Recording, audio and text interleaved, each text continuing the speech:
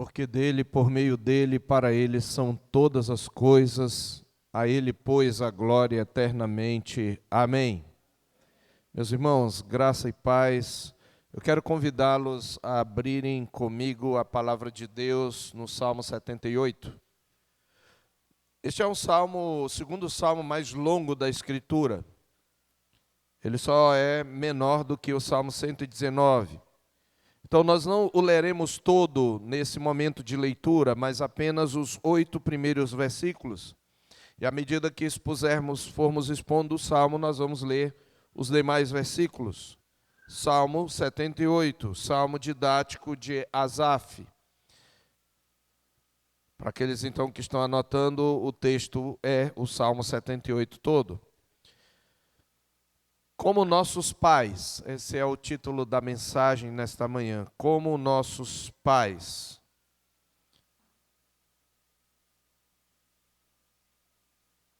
Diz assim a palavra do Senhor, Salmo didático de Asaf. Escutai, povo meu, a minha lei. Prestai ouvidos às palavras da minha boca. Abrirei os lábios em parábolas e publicarei enigmas dos tempos antigos. O que ouvimos e aprendemos, o que nos contaram nossos pais, não o encobriremos a seus filhos. Contaremos à vindoura geração os louvores do Senhor e o seu poder e as maravilhas que fez. Ele estabeleceu um testemunho em Jacó e instituiu uma lei em Israel. E ordenou a nossos pais que os transmitissem a seus filhos, a fim de que a nova geração os conhecesse, filhos que ainda hão de nascer se levantassem e, por sua vez, os referissem aos seus descendentes, para que pusessem em Deus a sua confiança e não se esquecessem dos feitos de Deus, mas lhe observassem os mandamentos, e que não fossem como seus pais, geração obstinada e rebelde, geração de coração inconstante, e cujo espírito não foi fiel a Deus. Amém. Como nossos pais, a transmissão do legado da fé às gerações vindouras. Esse seria um subtítulo, né? Como nossos pais, a transmissão do legado da fé às gerações vindouras. Esse salmo, quando eu o estava lendo e relendo e estudando, eu me lembrei exatamente de uma canção do que eu considero um dos maiores compositores da música popular brasileira, chamado Belchior, não sei quantos já ouviram falar, certamente os mais velhos. Ele escreveu o que é considerado um hino da MPB, que é exatamente intitulado Como Nossos Pais, escrito nos anos 70, se não me engano, em 74. E nessa canção ele critica a acomodação da juventude brasileira na época frente à ditadura militar, expondo a desilusão e a desilusão dele particularmente, a repetição de padrões familiares e sociais, mesmo com ideais de mudança, mostrando que os jovens acabaram se tornando o que antes combatiam, transformando rebeldia em mercadoria e conformismo como um ciclo vicioso. A canção de Belchior, ela é de cunho, obviamente, progressista e revolucionário. Um trecho que me chama a atenção é aquele em que ele diz que, apesar de termos feito tudo o que fizemos, ainda somos os mesmos e vivemos como nossos pais. Na canção, é preciso que se diga, o contexto é de questionamento dos valores dos pais e a proposição ou a proposta de novos valores, portanto, é uma música progressista.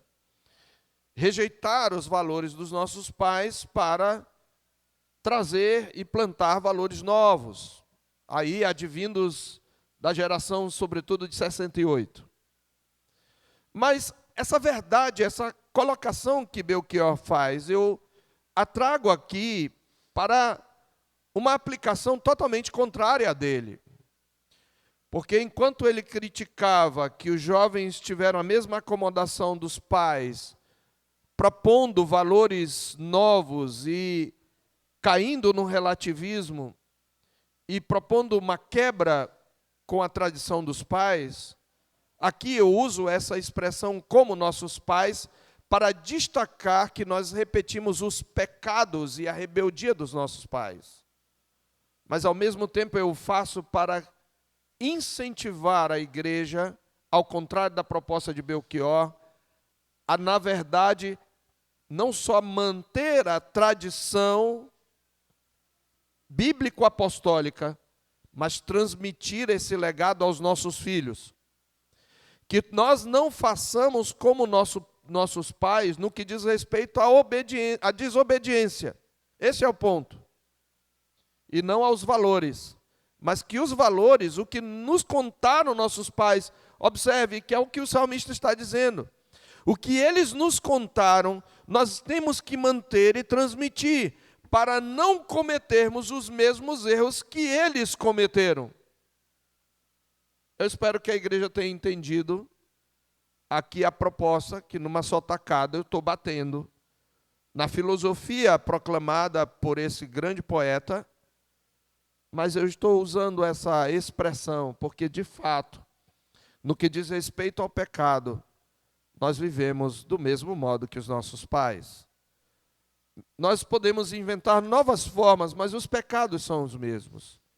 E a fim de evitarmos nisso, nós precisamos entender, meus irmãos, que uma das marcas recorrentes da história do povo de Deus é a relação direta entre memória espiritual e fidelidade pactual. Essa relação tem sido esquecida da nossa geração. Na verdade, nós vivemos numa geração marcada por um descarte da memória. É uma geração que quer sempre o novo, mesmo ela não sabendo o que é esse novo. Ela quer romper com o que foi estabelecido e que é conhecido e que foi testado por anos para estabelecer um novo que ela não conhece. Permitam-me filosofar um pouco aqui. Michael Oakeshott escreveu um livro sobre as políticas da fé e as políticas do ceticismo. E ele exatamente faz esta crítica sobre o fato de que nós vivemos uma geração que quer romper com o passado, sobretudo naqueles valores sólidos que fundaram nossa civilização, para estabelecer um novo utópico que nunca se experimentou. E é por isso que nós estamos vendo a destruição da sociedade ocidental. Mas nós somos o povo da memória.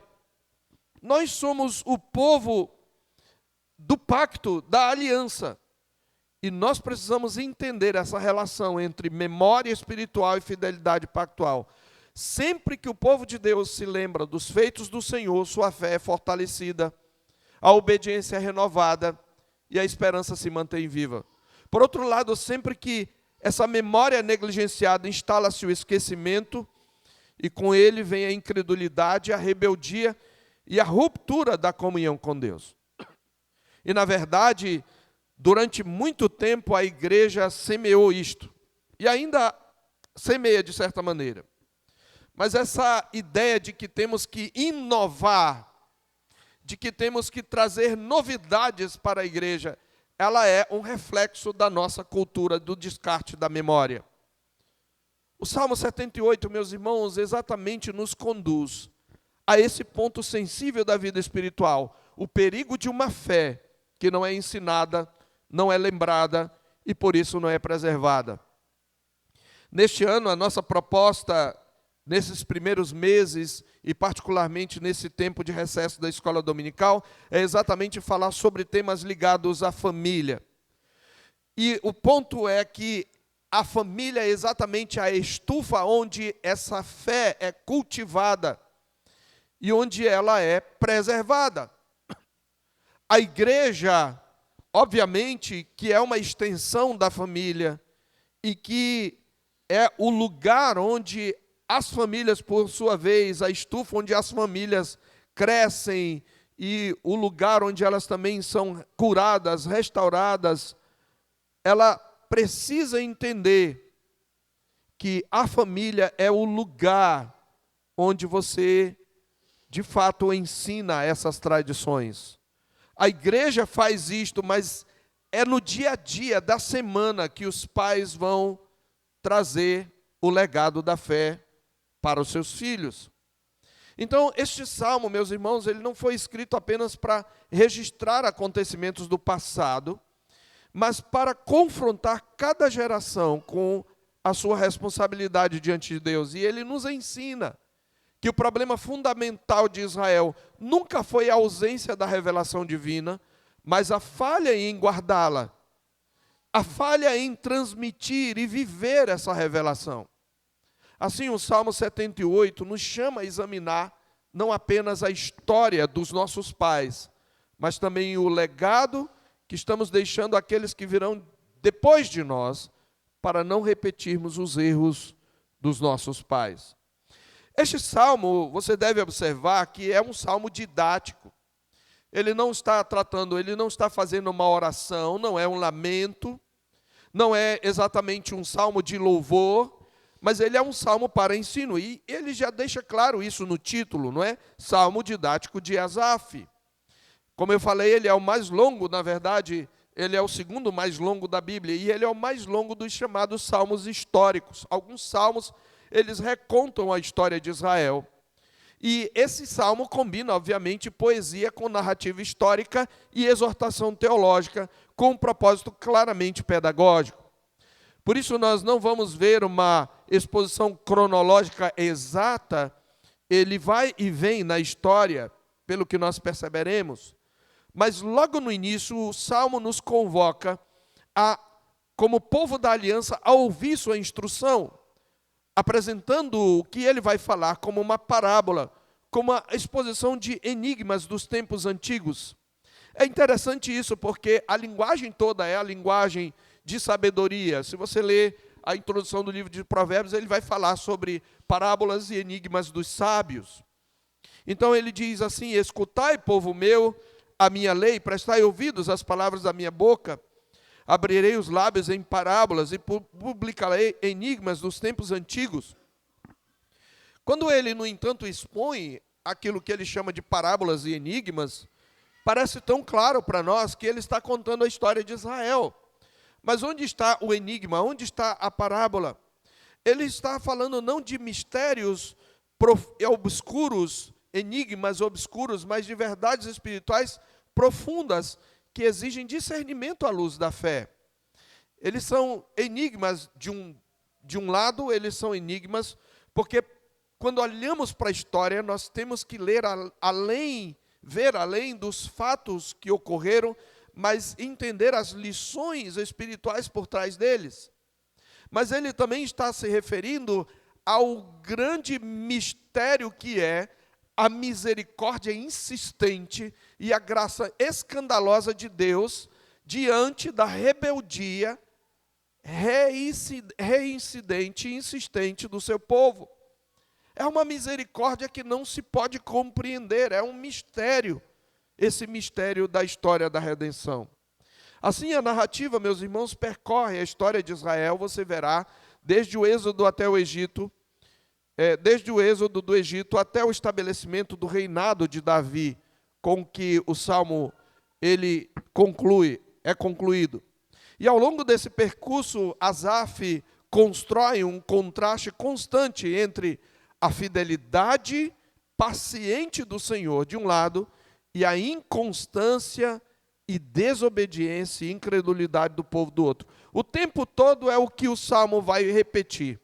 Os feitos gloriosos de Deus, seu poder, suas maravilhas, seus atos redentores, são continuamente colocados ao lado do esquecimento, da murmuração, da idolatria e da rebeldia de Israel.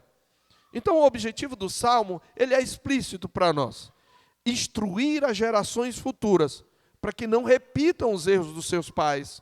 A história aqui não é celebrada como um memorial triunfalista, mas é apresentada como uma advertência viva. O Salmo, então, culmina, por isso, com a escolha soberana de Judá, de Sião e de Davi, demonstrando que, apesar do fracasso humano, Deus conduziu o seu povo desde o Egito, Deus agiu em graça, e Deus levantou um pastor segundo o seu coração para preservar seu povo, apontando para uma esperança maior.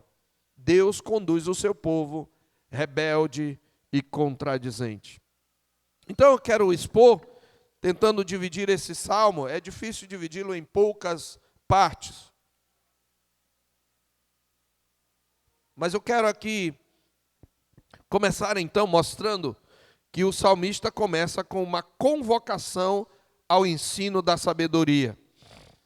Ele repete palavras de alguém que está introduzindo um discurso.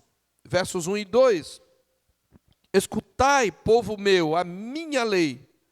Prestai ouvidos às palavras da minha boca. Abrirei os lábios em parábolas e publicarei enigmas dos tempos antigos. Observe então que o salmo se abre com um chamado solene à escuta. Asaf fala como mestre de sabedoria. E ele claramente aponta o que ele vai dizer. O que ele tem para dizer e o que nós devemos ouvir é uma instrução da parte do Senhor. Este é o sentido melhor, talvez a melhor tradução da palavra lei aqui, a palavra Torá, né? Era como os judeus chamavam, sobretudo os primeiros 5 livros da lei. Mas a palavra Torá significa instrução do Senhor. Então, ele chama a atenção. A história que será narrada não é neutra, não é meramente informativa. Ela carrega uma instrução divina, uma instrução autoritativa. Mas ele também fala que ele vai falar as palavras e as parábolas e enigmas dos sábios. E ele está com isso indicando que os fatos históricos devem ser interpretados espiritualmente. Ele está dizendo: abram bem os ouvidos, porque eu trago uma história que é instrução para vocês. Ele está chamando os discípulos, ele está nos convocando ao discipulado. Mas ele diz: olha, não ouçam apenas a história, captem o ensinamento espiritual. Aguçem seus ouvidos e treinem seu coração para ler a história e tirar lições delas, porque conhecer os eventos não é suficiente. Saber que Davi matou o gigante não é suficiente. Você pode aplicar isso, é errado. É necessário compreender o que Deus está revelando por meio deles. Isto aqui já nos ensina uma primeira lição, irmãos. A tendência que nós temos de sermos ouvintes distraídos, ela torna necessário que o tempo todo sejamos convocados a ouvir. Que o tempo todo sejamos interpelados pelo Senhor através da proclamação das Escrituras, do ensino, através da própria liturgia, acerca daquilo que nós estamos ouvindo. Porque é a nossa tendência sermos ouvintes negligentes. Em segundo lugar, então, dos versos 3 a 8, o salmista, ele expressa o compromisso, a importância do compromisso de transmitir o legado da fé. Depois da convocação ao ensino da sabedoria, nós temos o compromisso de transmitir, a importância do compromisso de transmitir o legado da fé. Ele fala sobre esse legado de quem nós ouvimos, ele fala a quem nós devemos transmitir, de quem nós devemos ouvi-lo, a quem nós devemos transmitir, o que nós devemos transmitir e qual a motivação e propósito para os quais nós devemos transmitir. De quem nós devemos transmitir o legado? Aqui, daquilo que ouvimos dos nossos pais. E aqui você deve ter em mente que ele não está falando de pais genericamente, porque certamente há pais que não ensinam o legado da fé. Se eles não são crentes, não ensinam o legado da fé. Ainda que tenham conselhos úteis e que sim devem ser ouvidos, mas o que aprendemos dos nossos pais, ele está se referindo a uma linhagem espiritual. Ele está se referindo a uma paternidade espiritual. Ele está falando de discipulado. Ele está falando dos antigos crentes, e aqui particularmente dos filhos de Deus, referidos na Escritura, que nos deixaram a própria Escritura, é aquilo que contaram nossos pais, é aquilo que está registrado na Escritura, de modo que ele diz, o que ouvimos e aprendemos, eles ouvem com a leitura da lei, o que nos contaram nossos pais, porque esta fé é recebida. Então ele está falando de uma tradição. Essa tradição precisa ser ouvida e ela precisa ser transmitida tal como ela é recebida. O crente, meus irmãos, neste sentido, precisa ser tradicional e conservador. O crente não pode pensar em ser progressista, porque ele pertence a um povo que transmite um legado que não pode mudar, cujas aplicações podem ser, obviamente, diversificadas, mas o legado não pode mudar. Isso é o que o tempo todo a Escritura vai dizer. É isto que, por exemplo, o apóstolo Paulo fala em 1 Coríntios 15, quando ele lembra aos coríntios o Evangelho. Em 1 Coríntios 15, de 1 a 3, especialmente Paulo ele vai mostrar a importância de transmitir o legado tal como recebemos. E ele está falando da tradição apostólica ou profético-apostólica. Ele diz em 1 Coríntios 15, irmãos, venho lembrar-vos do evangelho que pregueis, e no qual ainda perseverais. Por que ele diz, venho lembrar-vos? Porque ele vai corrigir uma deficiência na fé dos coríntios, que não criam em ressurreição física. Todo o assunto do capítulo 15 é a ressurreição. Mas ele continua dizendo, por esse evangelho, também sois salvos, se retiverdes a palavra tal como vou-la preguei, ou seja, sem alterar, a menos que tenhas crido em vão. Então Paulo está dizendo, olha, o evangelho que salva não pode ser adulterado. O evangelho que salva é o evangelho da tradição profético-apostólica, é o evangelho bíblico. Mas ele continua dizendo, antes de tudo vos entreguei o que também recebi. O que ele está dizendo? Não é algo que eu inventei. Eu não acrescentei nada. O que eu estou dizendo para vocês fazerem, eu fiz. Eu só entreguei para vocês o que eu recebi. E o que eu recebi? Que Cristo Jesus ele veio para nos salvar. Que Cristo Jesus morreu pelos nossos pecados, segundo as Escrituras. Aí está o que ouvimos e aprendemos. Aí está o conteúdo. Que Cristo Jesus morreu pelos nossos pecados, segundo as Escrituras, e ressuscitou ao terceiro dia, segundo as Escrituras. Essa repetição, ela aponta para exatamente aquilo que nós ouvimos e de quem nós ouvimos.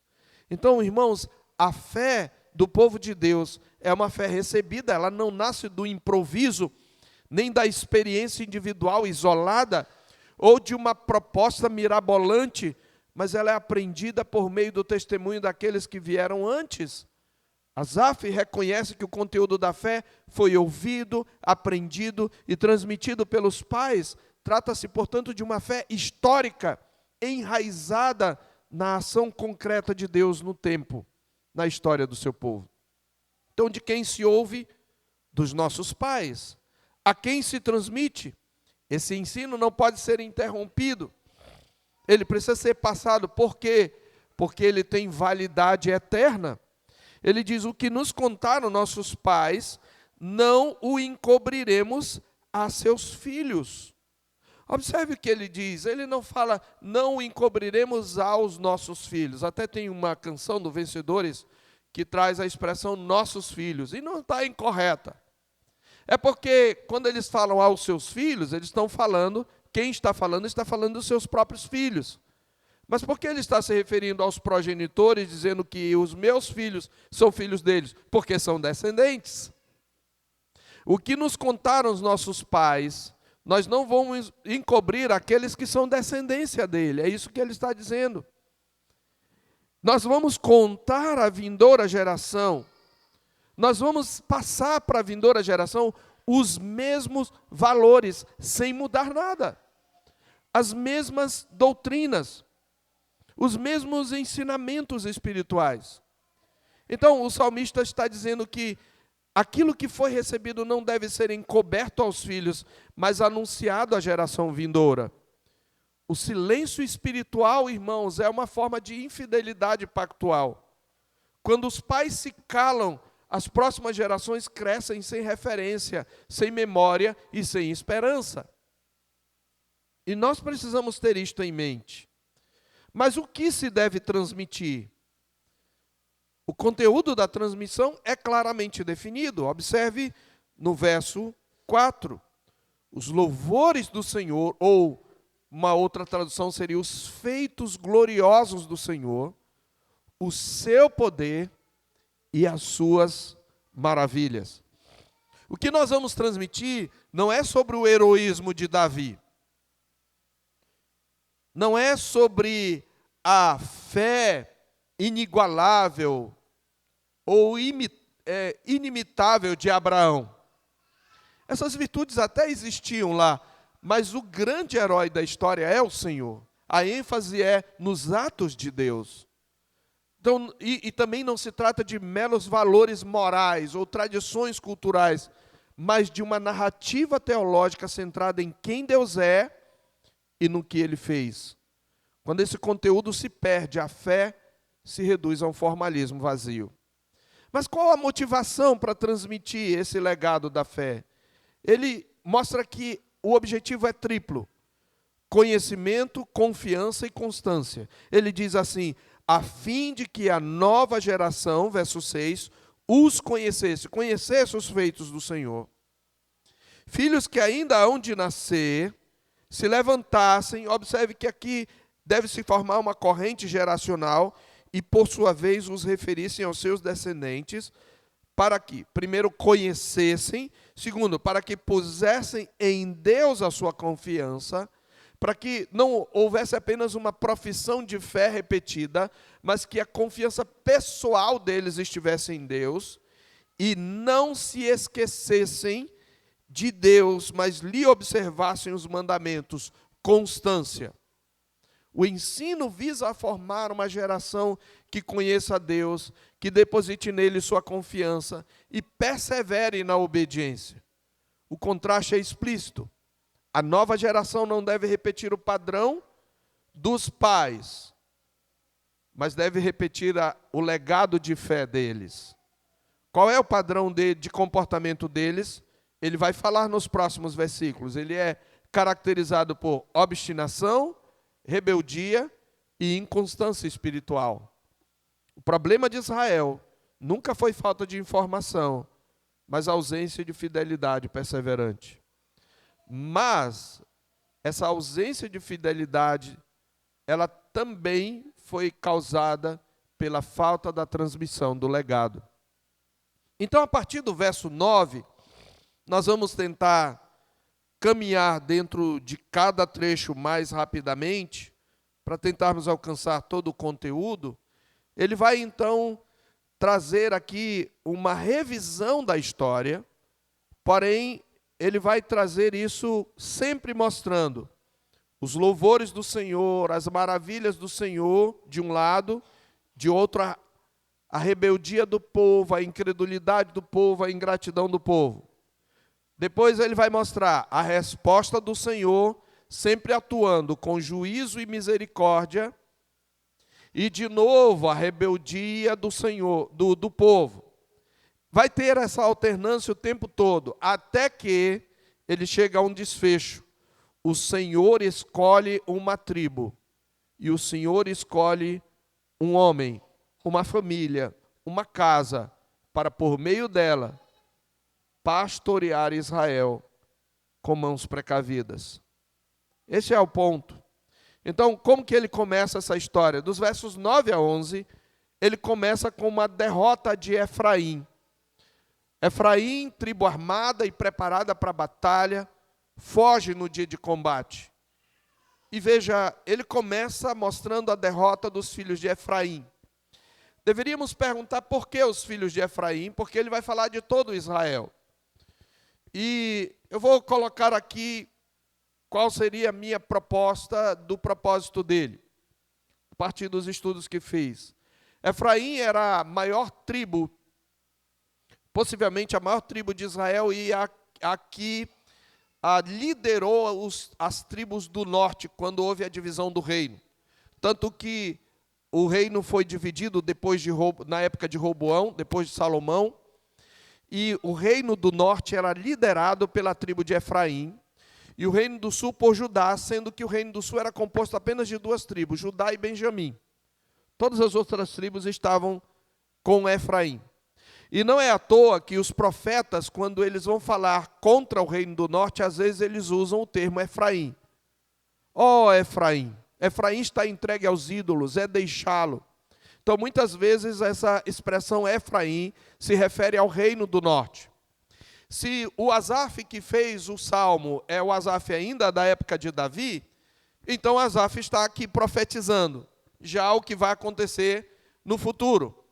Porque o reino do norte será um reino apóstata desde o seu início. E a primeira parte de Israel a cair vai ser o reino do norte para os assírios. O primeiro tabernáculo, ou o primeiro centro de culto, quando Israel, por exemplo, foi se firmando como povo, como nação, foi o tabernáculo ali em Siló, chamado Siló. E quando Samaria se tornou a capital do norte, então ali Jeroboão colocou 2 bezerros ali, para que o povo não descesse a ajudar a Jerusalém, e levou o povo à idolatria. Então, o santuário de Siló foi o primeiro a cair, porque foi com ele que foi a queda do reino do norte. Então, ele vai começar e terminar com Efraim. Ele vai mostrar que Deus rejeitou Efraim, mas Deus escolheu Judá. Este é o ponto do Salmo, é um dos pontos do Salmo.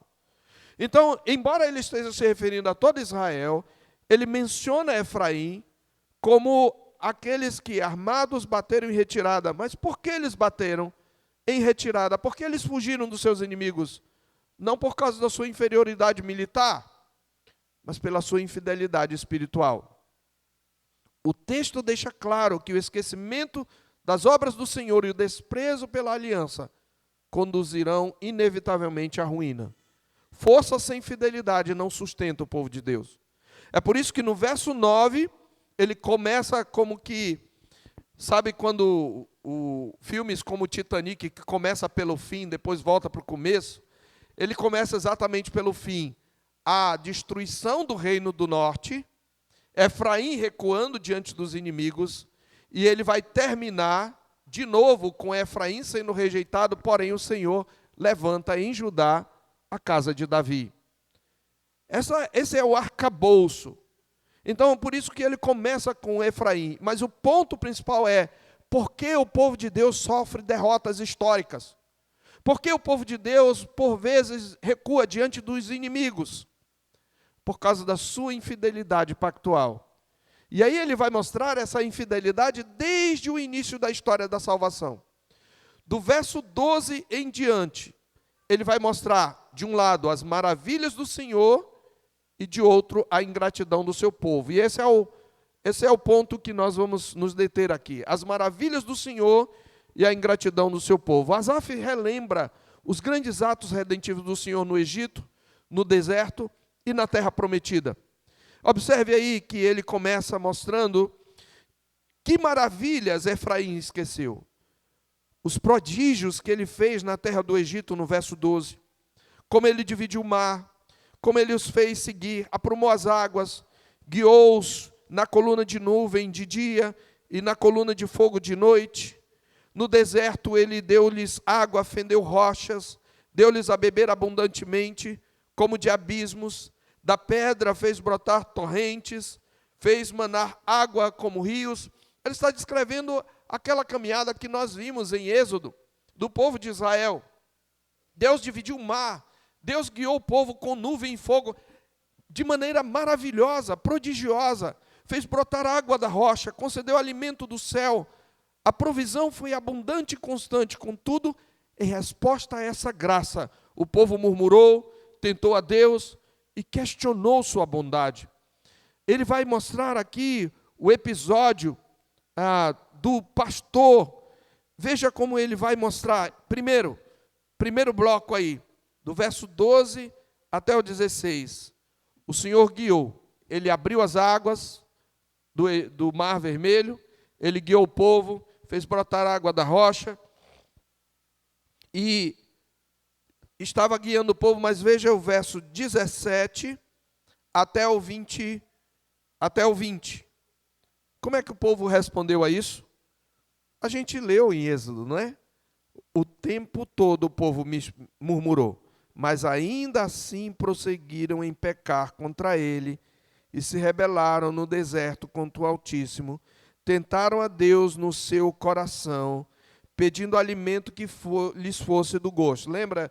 O Senhor transformou as águas amargas de Mara em águas potáveis. O Senhor fez brotar água da rocha. O Senhor lhes deu o maná. Mas eles disseram, a nossa alma tem fastio desse pão, viu? Nós nos lembramos dos melões, dos pepinos, dos alhos silvestres que comíamos a fartar no Egito. Quem nos dará a comer carne nesse deserto? É só esse pão velho. É o que está acontecendo aqui. Verso 19, falaram contra Deus, dizendo, pode acaso Deus preparar-nos mesa no deserto? Com efeito, feriu ele a rocha, e dela manaram águas, transbordaram caudais. Pode ele dar-nos pão também, ou fornecer carne para o seu povo? O que o Senhor fez? O Senhor respondeu com juízo e misericórdia. Ouvindo isto, o Senhor ficou indignado, acendeu-se fogo contra Jacó e também se levantou seu furor contra Israel, porque não creram em Deus, nem confiaram na sua salvação. Você vai ver que cada vez que o povo murmura, a glória do Senhor aparece, lambe os arredores dos arraiais, mata alguns deles, traz fogo do céu contra eles, mas o Senhor não os destrói completamente. Ele prossegue dizendo, nada obstante, verso 23, ordenou as alturas e abriu as portas dos céus, fez chover maná sobre eles para alimentá-los e lhes deu cereal do céu, comeu cada qual o pão dos anjos, enviou-lhes eles a comida, ele comida a fartar, fez soprar no céu o vento do oriente, pelo seu poder conduziu o vento sul, também fez chover sobre eles carne como poeira e voláteis como areia dos mares, fê-los cair no meio do arraial deles, ao redor de suas tendas. Então comeram e se fartaram a valer, pois lhes fez o que desejavam. O episódio das codornizes. Deus trouxe juízo, mas Deus também agiu com misericórdia. A provisão foi abundante e constante. Mas o que o povo faz em resposta a essa graça? O povo murmura. Eles dão vazão à sua gula. Então comeram e se fartaram a valer. Verso 30, porém não reprimiram o apetite. Tinham ainda na boca o alimento, e Deus de novo responde com ira, quando se elevou contra eles a ira de Deus, e entre os seus mais robustos semeou a morte, e prostrou os jovens de Israel. Irmãos, o episódio do maná e das codornizes revela a profundidade da incredulidade de Israel. Mesmo diante da provisão diária, o povo duvida, exige mais e se rebela. Nós não somos assim como nossos pais.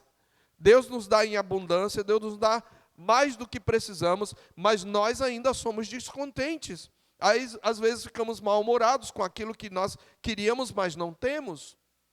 Às vezes, reclamamos daquilo que nós não temos, ao invés de agradecer a Deus pelo que Ele já nos deu. Deus responde com graça e com juízo, revelando que sua misericórdia não anula a sua santidade. E o padrão vai se repetir no período dos juízes, verso 32. Sem embargo disso, continuaram a pecar e não creram nas suas maravilhas. Por isso ele fez que seus dias se dissipassem num sopro e os seus anos em súbito terror. Aqui ele vai descrever o período dos juízes já. Quando os fazia morrer, então o buscavam. Arrependidos, procuravam a Deus. É isso que acontece no livro dos juízes. Lembravam-se de que Deus era a sua rocha e o Deus Altíssimo seu Redentor. Lisonjeavam-no, porém, de boca e com a língua lhe mentiam, porque o coração deles não era firme para com ele, nem foram fiéis à sua aliança. É o que eles fizeram. E curiosamente, irmãos, nesse período dos juízes, está escrito que se levantou, lá no início do juízo, se você quiser abrir comigo, que nesse período, você lembra que Josué termina, o livro de Josué termina com um compromisso do justo, aqui representado por Josué. Sirvam a quem vocês quiserem. Eu e minha casa serviremos ao Senhor. Mas não foi isso que seguiu aquela geração depois que Josué morreu. Porque no capítulo 2, após a morte de Josué, diz a Bíblia que os anciãos que sobreviveram depois de Josué permaneceram fiéis, verso 7. Capítulo 2, verso 7. Mas no capítulo 2, verso 10, está escrito: foi também congregado a seus pais toda aquela geração. E outra geração após ele se levantou que não conhecia o Senhor, nem tampouco as obras que fizera Israel. Então fizeram os filhos de Israel que era mal perante o Senhor, pois serviram aos Baalins. E você vai ver nesse capítulo 2 o ciclo vicioso. O povo pecava, Deus enviava opressores, o povo se arrependia, Deus enviava juízes, o povo voltava a pecar depois que aquele juiz morria. E esse é o contexto desses versos 32 a 36. Eles voltavam para o Senhor, mas não de verdade. Ou seja, o padrão da peregrinação do deserto até a terra prometida, ele se repete no período dos juízes. Pecado, castigo, arrependimento superficial, retorno à rebeldia. O texto mostra que surgiu uma geração, então, que não conhecia os feitos do Senhor. E isso evidencia o quê? O fracasso que o Salmo tenta evitar. O fracasso na transmissão do legado da fé. Então, mesmo após a entrada em Canaã, Israel se entrega à idolatria, apesar de ter testemunhado o juízo de Deus sobre os deuses do Egito. Observe aí que ele vai destacar de novo a misericórdia de Deus contra esse pano de fundo escuro da rebeldia do povo. Verso 38, ele, porém, que é misericordioso, perdoa a iniquidade, não destrói, antes muitas vezes desvia a sua ira, e não dá largas a toda a sua indignação. Lembra-se de que eles são carne, vento que passa e já não volta. Muitas vezes se rebelaram contra ele no deserto e na solidão o provocaram. Tornaram a tentar a Deus, agravaram o santo de Israel, não se lembraram do poder dele, nem do dia em que os resgatou do adversário. E aí do verso 43 até o verso 55, ele vai voltar de novo ao Egito, agora para mostrar como Deus julgou o Egito, trazendo várias pragas, e ele enumera algumas das 10 pragas aí. Eles se esqueceram de tudo que Deus fez ao Egito. E por que ele coloca isso? Porque quando Deus trouxe as pragas, você que acompanhou as exposições em Êxodo, e elas estão lá no YouTube, Deus estava julgando os deuses do Egito. Cada praga atingia um ou mais deuses egípcios. Mas apesar de ver o poder de Deus sobre os deuses pagãos, quando eles chegaram em Canaã, eles se entregaram à idolatria. Verso 56. Ainda assim, mesmo tendo visto o juízo de Deus contra os deuses egípcios, eles tentaram Deus Altíssimo, a ele resistiram, não lhe guardaram os testemunhos, tornaram atrás e se portaram aleivosamente como seus pais. Desviaram-se como um arco enganoso, ou seja, eles não atingiram o alvo estabelecido por Deus de ser reino de sacerdotes e nação santa. O provocaram com seus altos e o incitaram a zelos com suas imagens de escultura. Eles adoraram os deuses de Canaã. Mesmo após a entrada em Canaã, tendo visto Deus mostrar o seu poder sobre todos os deuses, Israel se entrega à idolatria. A perda da arca e o cativeiro simbolizam a gravidade, meus irmãos, do pecado e a disciplina severa do Senhor.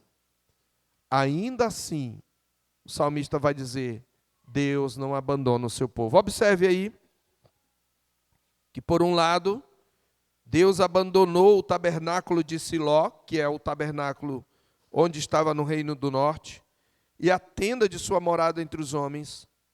Passou a arca da sua força ao cativeiro e a sua glória à mão do adversário. Aqui parece ser uma menção,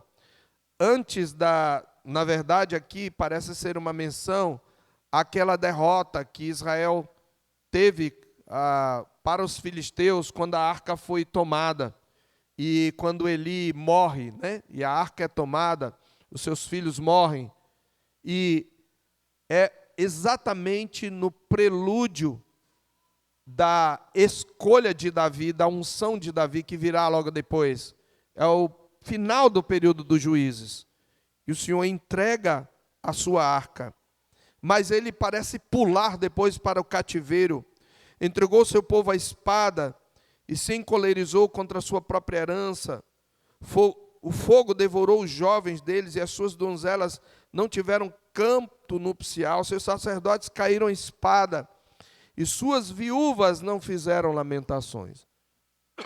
A linguagem que Asaf usa aqui, ela remete a esse período final dos juízes, com a derrota do povo, o saque da arca pelos filisteus, mas ela usa uma linguagem que lembra também o cativeiro que acontecerá mais tarde. Mas aqui nesse ponto, ele está mostrando como o Senhor imprimiu derrota ao seu povo naquele período. Porém, o Senhor ainda teve misericórdia. O Senhor levantou Samuel, você lembra? Samuel liderou o povo, Samuel intercedeu pelo povo, Samuel santificou o povo e começou a lutar as guerras do Senhor, e os filisteus foram derrotados. É isso que ele está mostrando. Então o Senhor despertou como de um sono, como um valente que grita excitado pelo vinho, fez recuar a golpes os seus adversários e lhes comminou perpétuo desprezo. Além disso, rejeitou a tenda de José e não elegeu a tribo de Efraim. E aí vem então a escolha de Davi. Depois de todo esse período de rebeldia, ele escolheu a tribo de Judá, ele escolheu o Monte Sião, Jerusalém, que ele amava, ele construiu o seu santuário e ele escolheu Davi. Qual é a solução de Deus, então? Deus estabelece, Deus derrota os inimigos, Deus escolhe uma cidade, Deus constrói o seu santuário e Deus levanta um pastor ungido para dirigir o seu povo rebelde. E ele então termina com a escolha de Davi. Também escolheu a Davi, seu servo, e o tomou do redil das ovelhas, tirou do cuidado das ovelhas e suas crias. Ele destaca como ele tirou Davi daquele trabalho simples de pastor de ovelhas, de animais, para ser o pastor de Jacó, seu povo, e de Israel, sua herança. E ele descreve como Davi os apacentou, consoante a integridade do seu coração, e os dirigiu com mãos precavidas. Deus não desistiu do seu povo, e ainda lhes deu um bom pastor. Essa é a mensagem, apesar de tudo. Esse é o mistério, esse é o enigma. E eu quero, irmãos, concluir. É claro que nós sabemos, porque nós sabemos a continuação da história, porque, lembra, Asaf é contemporâneo de Davi. E ele compartilha, ele vivencia todo aquele auge, quando Davi estabelece o culto a Deus, coloca a arca lá em Sião, levanta as ofertas para o tabernáculo, dispõe os cantores e faz uma nova reforma da liturgia de Israel. Então, é esse o contexto que ele está colocando. Mas nós sabemos, na continuação da história, que Davi morreu, que Davi caiu, embora tenha se recuperado. E os descendentes de Davi não dirigiram o povo com mãos precavidas. Portanto, a história narrada no Salmo 78, o ponto é que ela não termina no fracasso humano, mas na iniciativa soberana de Deus de providenciar um pastor que dê conta de converter, de guiar, de transformar esse povo rebelde. Ao levantar Davi, o Senhor aponta para algo maior do que um período de estabilidade política. Davi se torna o modelo do rei pastor, a esperança do povo da aliança, e essa esperança atravessa os séculos e ecoa nos profetas até encontrar seu pleno cumprimento em Cristo. Porque quando Israel, depois dos descendentes de Davi fracassarem, e a própria tribo de Judá ir para o cativeiro, quando Israel estava no cativeiro, o Senhor levantou profetas como Ezequiel, que, por exemplo, no capítulo 34 do seu livro, Ezequiel 34, versos 22 a 24, ele profetiza a volta de Israel do cativeiro, já muito tempo depois que Davi tinha morrido. E no meio das promessas ele diz: eu livrarei as minhas ovelhas, para que já não sirvam de rapina, e julgarei entre ovelhas e ovelhas. Suscitarei para elas um só pastor, e ele as apacentará. O meu servo Davi é que as apacentará, ele lhes servirá de pastor. Eu, o Senhor, lhe serei por Deus, e o meu servo Davi será príncipe no meio delas. Eu, o Senhor, o disse. Ora, Davi já tinha morrido, como assim o meu servo Davi vai ser pastor? É porque na cultura israelita era comum chamar um descendente pelo nome do ancestral mais conhecido. E quando ele diz o meu servo Davi, os israelitas obviamente entenderam que ele estava falando do Messias que haveria de vir, do filho de Davi que haveria de vir. Portanto, ele apontava para Cristo. Então, quando no Salmo, Asaf celebra a escolha de Davi e o estabelecimento do reino de Davi, ele está celebrando a Cristo. Onde Israel falhou, Cristo, o pastor, foi fiel. Onde os pais foram inconstantes, ele permaneceu obediente até o fim. É em Cristo que o legado da fé é preservado, renovado e garantido para todas as gerações. E quando nós lemos este salmo, e quando nós lermos também escolheu a Davi, seu servo, nós devemos lê-lo à luz já do evento de Cristo. Porque Davi falhou. Davi foi fiel ao Senhor, mas ele não tinha o poder de salvar o seu povo. Ele mesmo caiu. Mas ao levantar Davi, Deus aponta para o novo Davi, para o filho de Davi. Então, irmãos, o legado da fé que devemos transmitir é a obra redentora de Cristo, pré-anunciada e prefigurada na velha aliança e já claramente narrada nos evangelhos e nas epístolas. É esse evangelho que nós devemos transmitir. Agora eu quero concluir, queridos, voltando de novo para o início. Qual é o propósito? Por que, pais, nós temos que transmitir o legado da fé? Para que nossos filhos conheçam o Senhor e possam pôr nele a sua confiança. E para que eles não sejam rebeldes. Agora, deixa eu falar uma coisa para você, pai, mãe. Quer você queira, quer não, quer você esteja consciente disso, quer não, você sempre passa um legado para o seu filho. Você sempre passa um legado de fé, inclusive. E você não passa esse legado só quando você os traz à escola dominical e ao culto.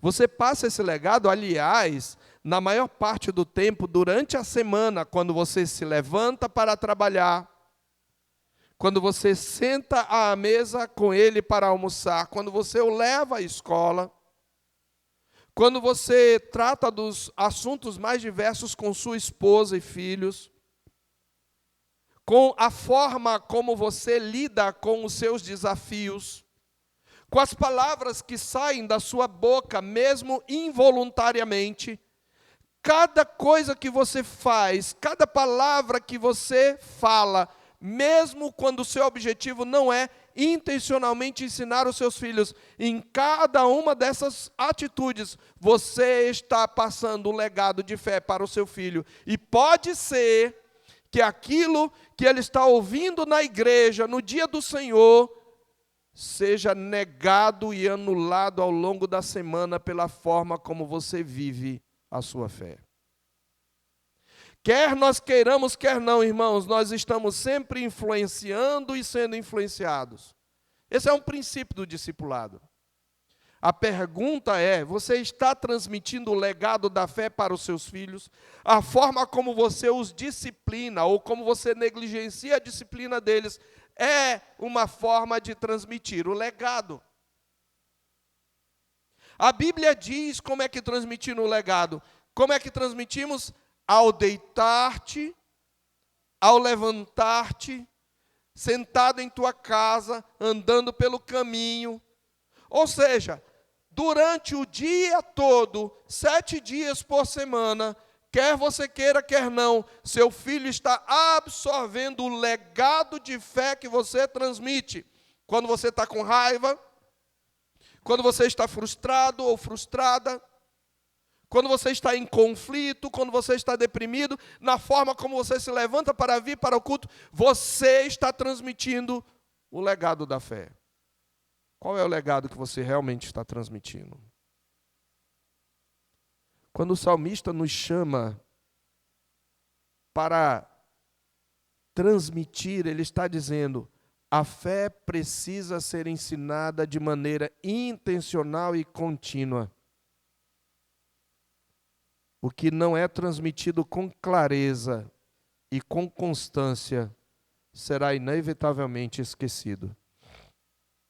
Então presta atenção, pais, pode ser que amanhã, segunda-feira,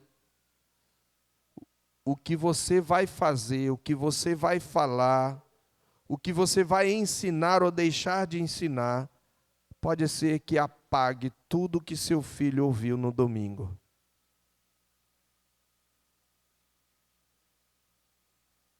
A memória dos feitos do Senhor é o que sustenta a perseverança do seu povo.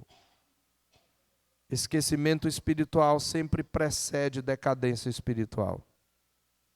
E você, pai, você, mãe, são líderes espirituais, vocês são responsáveis pelo legado que deixam.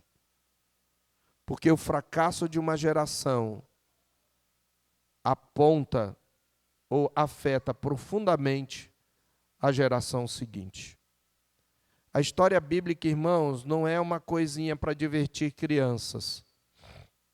Tem muita gente que acha, porque eles são crianças, vamos diverti-los.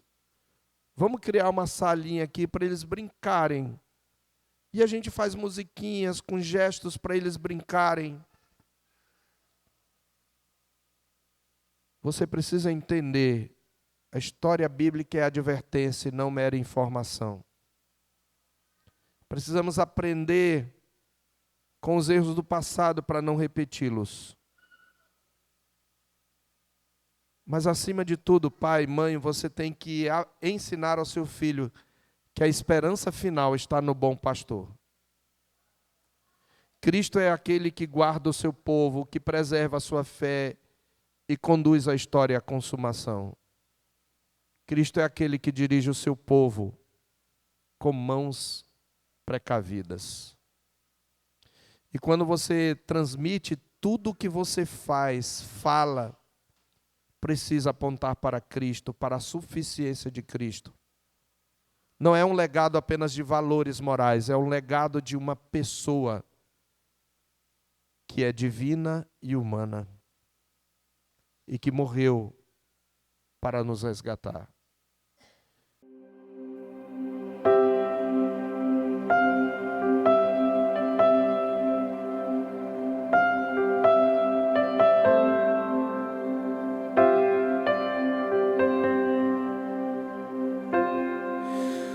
Tu és bem-vindo aqui.